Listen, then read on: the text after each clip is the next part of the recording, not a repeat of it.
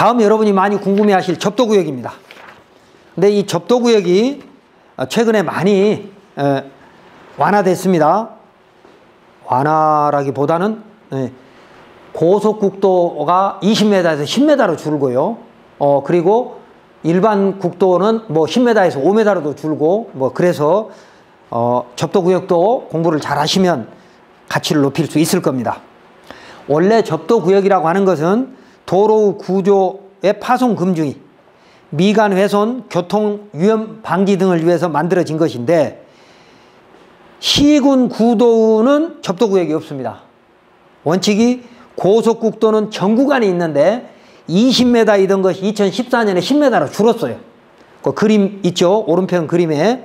그리고 일반 국도는 5m, 군도는 없습니다. 군도, 시군 구도하는 군도에는 지정이 제외됐어요.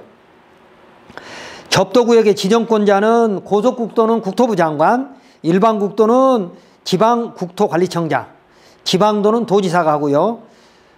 지정 후에 곧바로 고시되므로 도로관리청 및 시군구청의 확인이 가능하다. 이 말은 우리 일반 투자자나 공인중개사 입장에서 봤을 때, 야, 이거 도로에 접도구역이 있을 것 같다 그러면 시군구청에 전화 확인이 가능하다 이 말입니다. 금방 확인이 가능한 거예요. 자, 그 다음 그림을 보시면 가운데가 도로구역이고 오른쪽 왼쪽에 접도구역이 그려져 있는 그림입니다. 이렇게 도로구역 끝에는 배수로가 있어서 물이 흘러가는, 빠질 수 있도록 돼 있고, 그 옆에 접도구역을 만들어 놨는데, 여기서 중요한 것은 접도구역 내의 토지는 원칙적으로 형질 변경이 안 됩니다. 접도구역은 형질 변경을 해서 다른 시설물을 설치할 수 없다 이겁니다. 그러나 기존 건축물의 개축이나 재축 이전 대수선, 연면적 10제곱미터 이하의 화장실, 30제곱미터 축사, 30제곱미터 농업용 창고, 50제곱미터 퇴비사는 허용된다. 그러니까 기존의 건축물을 개축하거나 아니면 화장실이나 이렇게 조그만 시설은 접도구역에 허용할 수 있다. 또 접도구역에 대해서 건축후퇴선과 다른 거, 건축법 46도는 뭐였어? 건축선은 대지 경계선으로부터 건축물이 지어질 수 없는 것이었죠. 대지 면적에 포함 안 되는 것이었죠. 그런데 접도구역은 건폐율에 포함됩니다. 건폐율에. 그러니까 접도구역 내는 건축물을 지을 수 없고 개발행 허가는 받을 수 없지만 그 면적은 대지 면적에 집어넣기 때문에 접도구역 안에다가 건물을 지어서 건폐율 용적률을 다 찾아 활용할 수 있다. 다음에 이제 도시지역에 대한 접도구역 지정 예제, 그리고 5번째, 취락지구 등에는 접도구역을 지정할 수 없다는 것이죠. 자, 그림을 한번 보겠습니다. 다음 페이지 그림을 보면 접도구역을 지정하지 않아도 되는 그림이 제일 위에 게 뭐가 있었어요? 부채도로가 10m 이상을 벗어났을 때는 접도구역을 지정하지 않는다는 거고, 다음에 3번째 보면 일반 국도에 도로구역선이 정해져 있고, 그 다음에 접도구역이 있고, 그러니까 도로구역선이 있고 접도구역이 있고, 그걸 초과한 것은 그 면적 5m, 일반 국도는 5m라 그렇죠? 초과한 것은 도로 경계선이라 하더라도 접도구역이 아니다라는 얘기입니다. 그림으로 한번 그려볼게요. 자, 고속도로나 국도가 이렇게 나갑니다. 고속도로나 국도가 나갑니다. 그러면 부채도로가 이렇게 연결될 수도 있고, 또는 이런 식으로 연결될 수도 있고요. 부채도로가 이렇게 연결될 수도 있는데, 뭐 고속국도에다가 붙일 생각은 아니니까 이건 빼고, 접도구역은 빼고, 자, 일반 국도다. 일반 국도다 그러면 5m까지가 접도구역이죠. 접도구역이. 그러면 나머지 요렇게 만약에 여기다 부채도로를 만들었다.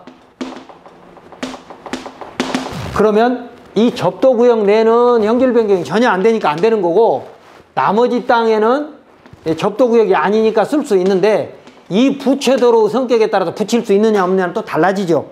그러니까 접도구역이라고 해서 접도구역 바뀌라고 해서 무조건 되는 건 아니고요. 접도구역 이렇게만 지정을 하겠다는 거죠. 만약에 여기처럼 우리가 일반 국도를 가다 보면 이런 식으로 도로구역선이 돼가지고 도로구역선이 이겁니다. 이거 도로구역선이 이렇게 있다 하더라도 접도구역이 이렇게 돼 있으면 5m까지만 접도구역이고 이건 접도구역이 아니다. 그러니까 접도구역이 아니면 개발행위도 가능할 수 있다는 것이죠.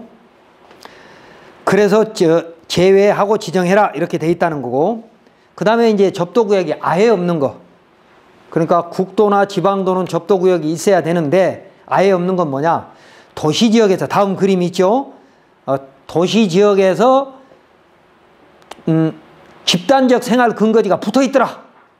그러면 거기에는 접도구역을 지정해서는 안 된다. 일반 국도라 하더라도. 그 다음에 도시지역과 도시지역이 10km 떨어진 거리가 10km 미만인데 그 안에는 10km 미만이면 접도구역 지정하지 말라 하는 겁니다. 그리고 이제 마지막으로 접도구역 지정 당시부터 해당 토지를 계속 소유한 자는 효용이 현저히 감소하거나 접도구역 지정 때문에 수익이 불가능한 경우에는 매수 청구할 수 있다. 접도구역이 지정될 때 당시부터 토지를 갖고 있었던 사람입니다. 상속으로 갖고 있는 것도 맞고요. 자는 접도구역을 지정함으로써 효용이 감소하거나 현저히 감소하거나 사용수익이 불가능한 경우에는 매수 청구를 할 수 있다는 거죠. 그래서 도로가 개설해 갈 때는 개설할 때 접도구역이 있는지를 확인해야 되고, 만약에 여러분 땅에 도로가 새로 나간다 그러면 접도구역이 있는지 없는지, 일반국도나 지방도 고속도로는 있으니까, 또 접도구역 때문에 나머지 잔여지가 발생했다면 잔여지 가치가 전혀 없는 건지, 잔여지 가치가 없으면 청구하라 이거죠. 매수 청구. 그리고 다음 페이지 보면 고속국도 접도구역 일부 해제된 그림을 그려놨습니다. 제일 위에 것을 보시면 위에 자동차 그림이 보이죠? 차로와 측대와 기럽개가 있고, 그 다음에 경사면이 있어가지고 1대 1.5로 경사를 만들어서 만들고 경사면을 만들고, 그리고 그 밑에다가 측구를 만들라는 거죠. 측구. 여기는 이제 물이 흘러내려가는 측구. 그 다음에 여기 폭 2m를 남겨라. 여기까지가 도로구역인 겁니다. 고속도로는 그러니까 상당히 도로구역이 넓죠. 그리고 거기서부터 접도구역 10m를 정해라. 그래서 접도구역은 당초 20m, 10m를 줄여라 그 말이고요. 그러면 접도구역 공간에다는 결국 이제 뭐 정원이나 뭐 이런 걸로밖에, 나무 식재나 이런 것밖에 못하는 것이죠. 자, 다음 페이지에는 토지용계 확인서입니다. 고속국도의 접도구역과 접도구역 외에 어떻게 활용할 것인가를 이 도면을 보면 이 땅을 샀을 때, 우리가 땅을 투자를 했을 때 알 수 있다는 것이고, 접도구역은 고속국도는 10m, 일반국도는 지방도는 5m. 그러니까 내가 만약에 땅을 사려고 가서 현지를 가봤더니, 현황을 들고 가봤더니 판단하기 어렵더라 그러면 토목사무실한테 물어봐야 되는데, 아까 여기 그림에 있듯이 고속국도 그림과 일반국도 그림을 봐서 어디가 경계선인지 확인을 해보고, 안 되면 시청에 물어보면 금방 답을 얻을 수 있다는 겁니다. 그래서 지자체에 확인하거나, 또 공사주인 경우는 현장 사무소에 가서 확인하면 땅을 개발행위를 받지 못하는 경계선이 딱 확인할 수 있다는 것입니다.